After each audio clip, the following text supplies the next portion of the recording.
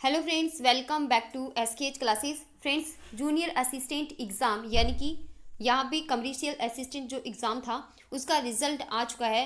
और अब बात है इसके डॉक्यूमेंट वेरिफिकेशन से रिलेटेड कि इसका डॉक्यूमेंट वेरिफिकेशंस भी आपका बहुत ही जल्द जो है स्टार्ट हो जाएगा। यानी कि अगर अपनी बात करें तो 920 पोस्ट के लिए 6 से लेकर 12 अक्टूबर तक आपका डॉक्यूमेंट वेरिफिकेशंस जो है वो करवा लिया जाएगा। तो फ्रेंड्स, यहाँ पर आप देख सकते हो बिजली प्रसारण निगम ने भर्ती की प्रथम तथा द्वितीय चरण की परीक्षा में मिले अंकों के आधार पर दोगुने अभ्यर्थियों की चयन सूची जो है जारी कर दी गई है और जिसकी सूची निगम की आधिकारिक वेबसाइट पर उपलब्ध हुई है। तो सभी स्टूडेंट ने लगभग अपना रिजल्ट जो है चेक कर लिया है। अब बात आती है कि इसका डॉक्यूमेंट वेरिफिकेशन होने वाला है, तो आपको कौन कौन से डॉक्यूमेंट्स जो है अच्छे से तैयार करने हैं उसी के रिगार्डिंग अपनी डिस्कस करने वाले हैं। ठीक है, तो फ्रेंड्स, कोशिश ये रहेगी कि डॉक्यूमेंट वेरिफिकेशन से रिलेटेड जितने भी आपके डाउट है वो सारे एक साथ जो है क्लियर हो जाए। तो आप इस पूरी वीडियो को एंड तक जरूर देखना और अगर आपको वीडियो पसंद आए तो लाइक जरूर करना और अपने दोस्तों के साथ में ज़्यादा से ज़्यादा शेयर करना। तो फ्रेंड्स, अपने डिस्कस करने वाले हैं डॉक्यूमेंट वेरिफिकेशन से संबंधित। तो जितने भी सभी स्टूडेंट के जो डाउट है वो सारे क्लियर हो जाएंगे। ठीक है, और फ्रेंड्स, अगर आपको ये वीडियो पसंद आए तो लाइक जरूर करना और अपने दोस्तों के साथ में ज़्यादा से ज़्यादा शेयर करना। कोशिश ये रहेगी कि आपके जितने भी डाउट है डॉक्यूमेंट वेरिफिकेशंस को लेकर वो सारे डाउट आपके क्लियर हो जाए एक साथ। ठीक है, अब फ्रेंड्स, यहाँ पर आप देख सकते हैं सबसे पहले यहाँ पर एप्लीकेशंस फॉर्म और फीस रिसिप्ट की बात हो रही है। यानी कि आपके पास एप्लीकेशंस फॉर्म का प्रिंट आउट होना चाहिए और साथ में ही आपने जब फॉर्म फिल किया था उसकी फीस की जो रिसिप्ट थी, है ना, कितना फॉर्म फीस आपकी लगी थी उसके अकॉर्डिंग आपकी जो फीस रिसिप्ट थी वो भी आपके पास होनी चाहिए। अब यहाँ पर बहुत सारे स्टूडेंट जो है जिनके पास फीस रिसिप्ट भी नहीं है और एप्लीकेशन फॉर्म भी नहीं है, तो क्या वो इस वैकेंसी से बाहर हो जाएंगे? तो फ्रेंड्स, मैं आपको बता दूं ऐसा बिल्कुल नहीं होगा, क्योंकि अगर आपके पास फीस रिसिप्ट और यहाँ पे एप्लीकेशन फॉर्म नहीं है तो विभाग आपको फैसिलिटी देगा। यानी कि आपकी जो विभाग की साइट है उसके ऊपर आपको यहाँ पर एप्लीकेशन फॉर्म और फीस रिसिप्ट जो है जल्द ही जो है जारी कर दिया जाएगा। क्योंकि जैसे अगर अपनी बात करते हैं वीडियो एग्ज़ाम की ना, तो वीडियो एग्ज़ाम में भी यही हुआ था। आरएसएसएमबी बोर्ड जो है उनकी साइट पर क्या था कि ये सारी चीज़ें यानी application form, admit card, fees की रिसिप्ट, सारी चीज़ें स्टूडेंट को मिल गई थी डॉक्यूमेंट वेरिफिकेशंस के लिए। ठीक है, क्योंकि उस टाइम भी डॉक्यूमेंट वेरिफिकेशंस में ये चीज़ें चाहिए थी। और फ्रेंड्स, जिन स्टूडेंट के पास नहीं था उनको जैसे ही वो डॉक्यूमेंट वेरिफिकेशंस करवाने गए तो वहाँ पर उनको स्पेशल यानी एप्लीकेशन फॉर्म जो है उनको वहीं पर दिया गया था जिनके पास नहीं था। ठीक है, तो आपको यहाँ पर टेंशन लेने की ज़रूरत नहीं है, क्योंकि ये जो अगर एप्लीकेशन फॉर्म और फीस रिसिप्ट नहीं है तो स्टूडेंट को बाहर थोड़ी ना किया जाएगा इतनी सी कमी की वजह से। ठीक है, अब देखो यहाँ पर आपके पास होनी चाहिए 10th की मार्कशीट प्लस में 10th का सर्टिफिकेट।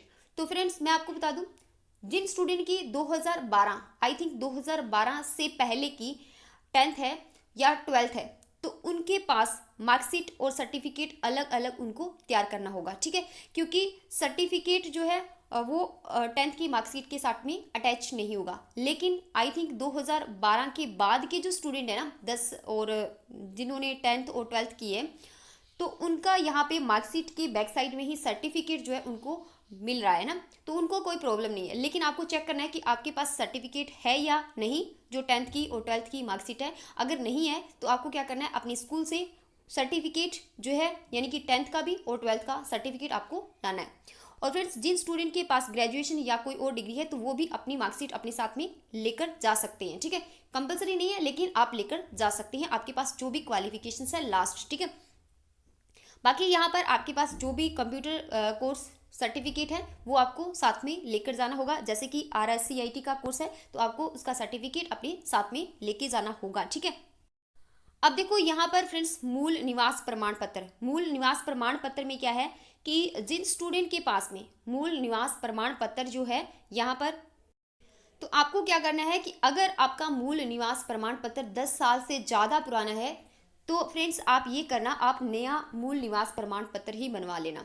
खासकर मैं उन स्टूडेंट को कहूँगी जो OBC, EWS, MBC इन कैटेगरी के अंदर है, तो वो अपना मूल निवास प्रमाण पत्र जो है वो अगर उनका 10 साल से ज़्यादा पुराना है तो वो अपना नया ही बनवा लेना, क्योंकि 10 साल तक ज़्यादा ये वैलिड रहेगा मूल निवास प्रमाण पत्र। ठीक है, आपको कोई प्रॉब्लम नहीं होगी, आप जो है नया मूल निवास प्रमाण पत्र बनवा सकते हो। ठीक है, अब देखो यहाँ पर कास्ट सर्टिफिकेट की बात करते हैं तो बहुत सारे स्टूडेंट के पास पुराना होगा।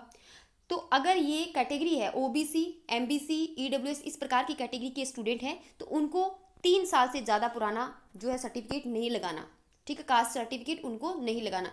उनको 3 साल के अंदर है तो उनका एफिडेविट लगाकर वो चला सकते हैं। ठीक है, अदरवाइज जो ईडब्ल्यूएस ओबीसी कैटेगरी के जो स्टूडेंट है वो अपना नया जाति प्रमाण पत्र जो है वो बनवा लेना। अगर 3 साल के अंदर है तो वो एफिडेविट लगाकर चला सकते हैं, उससे ज़्यादा पुराना है तो उनका कास्ट सर्टिफिकेट नहीं चलेगा। और एससी एसटी कैटेगरी की बात करते हैं तो उनका जो है लाइफ टाइम वैलिड रहता है। ठीक है, अब देखो यहाँ पर आय प्रमाण पत्र की बात करते हैं तो जैसे ही फॉर्म भरते टाइम कंडीशंस रखी जाती है कि 2.5 लाख से कम अगर किसी स्टूडेंट ने आय शो की होती है तो उसको आय प्रमाण पत्र जो है वो लगाना होता है ना, आय प्रमाण पत्र लगाना होता है। लेकिन यहाँ पर सबसे ज़्यादा जो कन्फ्यूज़न होता है स्टूडेंट को वो मैं आपके साथ क्लियर करती हूँ कि जो गर्ल्स जैसे मैरिड है ना तो उनको अपने पिता की आय के आधार पर ही आय प्रमाण पत्र लगाना होगा, ना कि पति की आय के आधार पर। ठीक है, और जो अनमेरिड है उनको तो यहाँ पर अपने पिता की आय के आधार पर ही आय प्रमाण पत्र लगाना होगा। ठीक है, तो ये डाउट आपका क्लियर हो गया होगा, यानी कि पिता या माता जो भी है उनके अकॉर्डिंग ही आपका आय प्रमाण पत्र लगेगा अगर आपने जो आय है अपनी 2.5 लाख से कम शो की है। तो ये आपके डाउट जो है क्लियर हो गए होंगे। ठीक है, आय प्रमाण पत्र को लेकर। अब देखो यहाँ पर ईडब्ल्यूएस कैटेगरी की जो स्टूडेंट है वो अपना जो कास्ट सर्टिफिकेट है वो बनवा लेना। ठीक है, अब है यहाँ पर आपको आईडी प्रूफ चाहिए तो ज़्यादातर स्टूडेंट के पास आधार कार्ड होगा तो अपना आधार कार्ड लगा सकते हो। ठीक है, बाकी यहाँ पर जो भी है आप वोटर आईडी है, पैन कार्ड है, कोई भी ड्राइविंग लाइसेंस है तो इस प्रकार के भी आप आईडी प्रूफ जो है लगा सकते हो। ठीक है, अब यहाँ पर बात करते हैं window, divorce, marriage certificate, PS category के जो स्टूडेंट है, स्पोर्ट्स कैटेगरी के स्टूडेंट है या एक्स सर्विसमैन जो स्टूडेंट है तो इन्होंने जिस टाइम अपना फॉर्म फिल किया था है ना तो उसके अकॉर्डिंग इनको सर्टिफिकेट जो है लगाना होगा। जैसे मैरिज सर्टिफिकेट लगाना होगा, पीएस कैटेगरी के अंदर है तो उनको पीएस कैटेगरी का सर्टिफिकेट लगाना होगा ना, और डिवोर्स कैटेगरी के अंदर है तो डिवोर्स सर्टिफिकेट लगाना होगा। और इस प्रकार अब देखो फ्रेंड्स यहाँ पर आपको दिखाई दे रहा है चरित्र प्रमाण पत्र यानी कि करेक्टर सर्टिफिकेट। इसके रिगार्डिंग अपने डिस्कस करने वाले बहुत सारे स्टूडेंट को इसको लेकर भी डाउट में रहते हैं कि क्या करेक्टर सर्टिफिकेट किस प्रकार से हमें बनवाना है। तो यहाँ पर एक तो आपको ध्यान देना है 2 करेक्टर सर्टिफिकेट आपको ओरिजिनल बनवाने होंगे। 2 original character certificate gazetted officer से, गजेटेड ऑफिसर यानी कोई फर्स्ट ग्रेड अधिकारी लगा हुआ है उससे आपको 2 करेक्टर सर्टिफिकेट ओरिजिनल बनवाने होंगे। ठीक है, अब देखो यहाँ पर सेकंड आपको करेक्टर सर्टिफिकेट बनवाना होगा। ये बहुत ही कंपलसरी है, ये बहुत ही कंपलसरी है आपके लिए कि आपको जहाँ से भी आपने अपनी अंतिम शैक्षणिक योग्यता प्राप्त की है, चाहे आपने ग्रेजुएशन की है चाहे आपने 12th ही की है ना, 12th ही की है उसके बाद में कोई आपने ग्रेजुएशन डिग्री जो है नहीं ली है अभी तक तो आप 12th का लगा सकते हो। अदरवाइज अगर आपने ग्रेजुएशन की है तो आपको क्या करना है कि अपनी ग्रेजुएशन की जो संस्था रही है, जो संस्थान रहा है वहाँ से आपको करेक्टर सर्टिफिकेट मिल जाएगा और आपको करेक्टर सर्टिफिकेट वही लगाना है। ठीक है,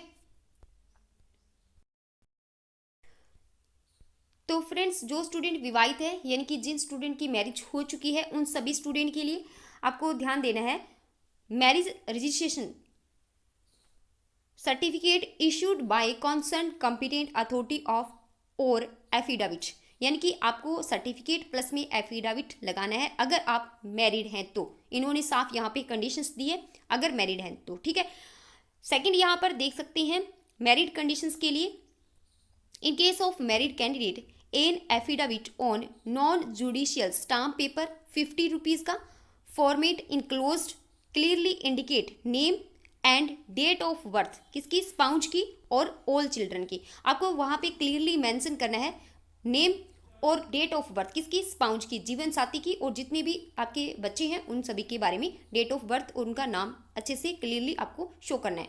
इंक्लूडिंग अडेप्टेड सन, अडेप्टेड आपने कोई भी यानी कि गोद ली है कोई भी बच्चा तो उस कंडीशंस में, और स्टेप चिल्ड्रन और एन एफिडेविट किस कंडीशंस में, अगर कोई भी बच्चा नहीं है तो उस कंडीशंस में भी आपको एफिडेविट लगाना है। ठीक है, सेकंड आप यहाँ पर देख सकते हैं इन केस ऑफ विडो कैटेगरी के अंदर death certificate of her husband issued by competent authority and case of divorce category में डिग्री और certificate issues by court granting divorce.